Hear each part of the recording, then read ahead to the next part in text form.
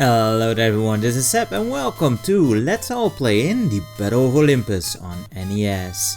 I'll be your guide through this fun, although sometimes rather challenging game, and alongside there will be a whole bunch of YouTubers who are kind enough to voice in all of the NPCs that we will encounter, which will be quite a lot. Do keep in mind that if you like a particular voice, you can find a full list in the description of all the credits, so you can listen more to those sexy voices.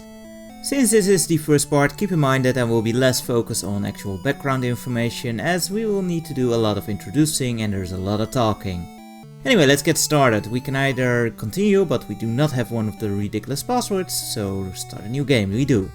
We get to pick our names here, and this game is loosely based on the myth of Orpheus and Eurydice. However, those names do not fit, so we go with Xenos and Erinna instead. And yeah, they still kind of fit, I think, in the context of the whole game. And as we start the game, we get a nice little map of ancient Greece with all the provinces and such, and Arcadia is the first one we will head into. So let's go!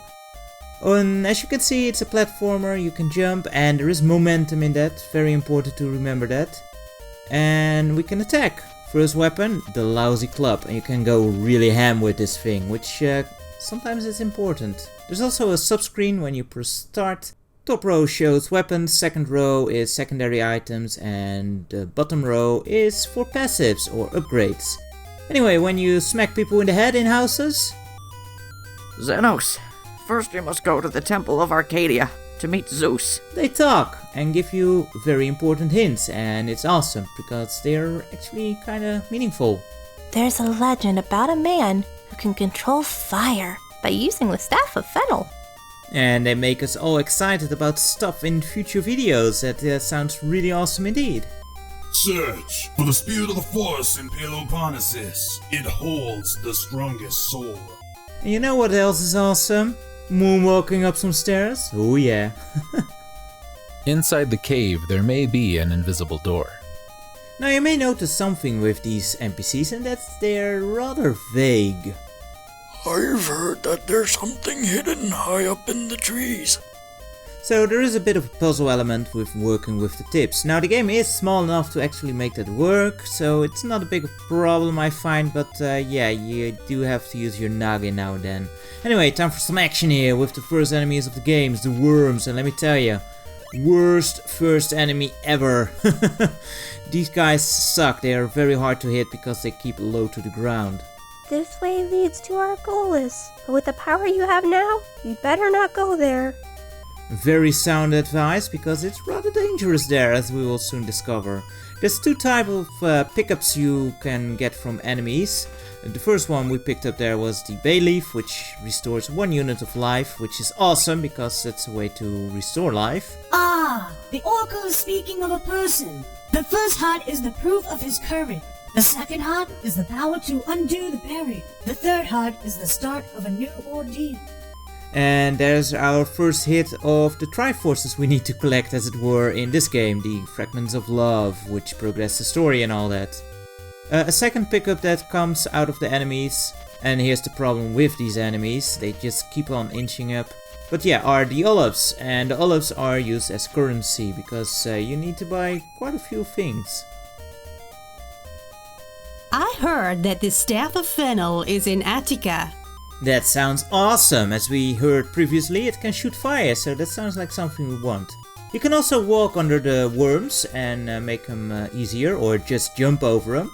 However, olives are very needed in the game, so I do advise you to slay some enemies as you move along, so to keep grinding to a minimum. The bottom door actually goes to Attica here, so skip that for now, because we actually need to do something else first. Jump over, Seb, thank you very much. In Peloponnesus, the power to jump and control fire will be necessary.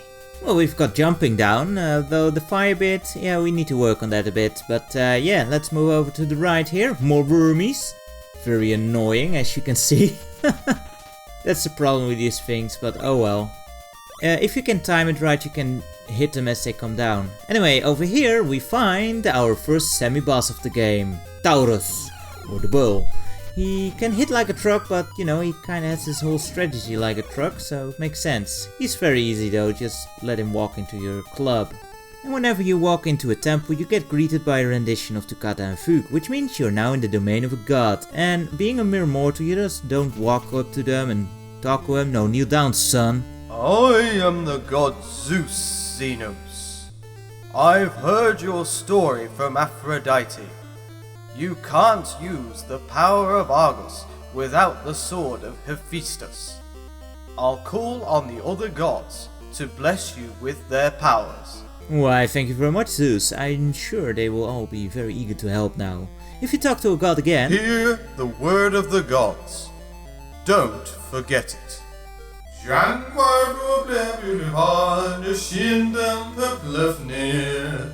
They will give you your ridiculous password. And anyone who has ever played this game on an actual NES will know the pain and suffering involved with those.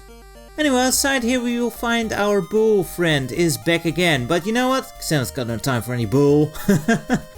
The timing on the jump is actually really strict, but it is possible as you can see. Anyway, when having talked to Zeus, now it's actually time to head over to Attica, so we can actually move on with our lives here and meet some other gods. Over here we find another annoying enemy, Mr. Sparebear I like to call him. Luckily we've got a shield which is made out of paper apparently. Crap. Well, let's just jump over it then. Ah, almost. Very annoying enemy. Welcome to the city of Eleusis. A little further down the road is the city of Athens. That actually makes sense, geographically speaking. Cool. A large boulder fell and blocked the path to Thaya. Yeah, speaking about annoying enemies, let's not go to Phaya because that place sucks. Gonna get you now. Ah. So close, yet so far. Below we get the first glimpse of our iron suits of the game. Gaia? That's the name of a monster created from a large boulder. Yeah, another problem we will deal with later on. Anyway, let's head down here and deal with this guy. Guys? Sometimes the game does it where it does a double spawn, which is annoying. My daughter's child was kidnapped by a monster. Please go and help her. Oh! We'll see about that. Kind of weird phrasing. My daughter's child. Like granddaughter? Son? Because Gia has fallen asleep. Peace has again come to Eleusis. So maybe we should not mess with that. Ouch. Yeah, these are about the easiest enemies in the game, but I still get hit by them. The shield of Athena is endowed with the power to repel your enemy's weapons. Sounds like an item we need, because it looks like we have a shield, but in actuality we do not. Or it's just actually made out of paper. So we need a shield that can actually repel weapon hits. Hey, look at that! We got him, finally. Which, you know, sounds like a quality every shield kinda has, but whatever. Anyway, quickest 20 kilometers ever, because now we are in Athens. And we'll find another new enemy, a sliding scorpion, who are honestly not that bad. I've heard that there's a god in Thea that makes wonderful weapons. Well, I suppose that gives us one reason to go to that annoying place, because I quite like the sound of wonderful weapons. But first let's move on through Athens further and kill some more satyrs, the annoying pricks, and talk to some more people. There may be a crystal ball somewhere that enables you to see invisible things. Now add that to the tip that we got about some invisible doors in the caves, and we might find something. My name is Kelios. Are you searching for the nymph? I could tell you where she is, if you can prove to me you are Xenos. Really, Kelios? An identity check here? I seem to have lost my password like 2500 years into the future, thank you very much. Anyway, here's a little tip for you. If you kill enemies and you leave their pickups behind, you can actually make the game not spawn any new enemies. So you can actually thin the herd and make life a lot easier. This is especially handy later on. And this fountain? Health restore if you kneel down. Very cool.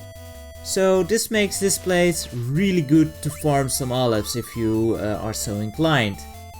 And yeah, you can restore your health indefinitely, and you can also manage how many enemies you actually want to deal with. And as you pick up items, you will again spawn more enemies, in this case satyrs here. But you know, if you have trouble, then you can always you know, control the herd like that. And some people really need all the help they can get. As you can see, I'm a prime example of that. So yeah, good place to actually farm early on in the game. And yeah, it remains one of the best spots ever. Over here we find another temple, so that means another god. Who do we meet? Welcome, Xenos. I am Athena, the goddess of wisdom and war. I'll give you a shield to protect you from the attack of monsters. Sweet! That'll show those annoying spare bears. And we see we've obtained our first passive of the game. Let's get a password. Hear the word of the gods. Don't forget it.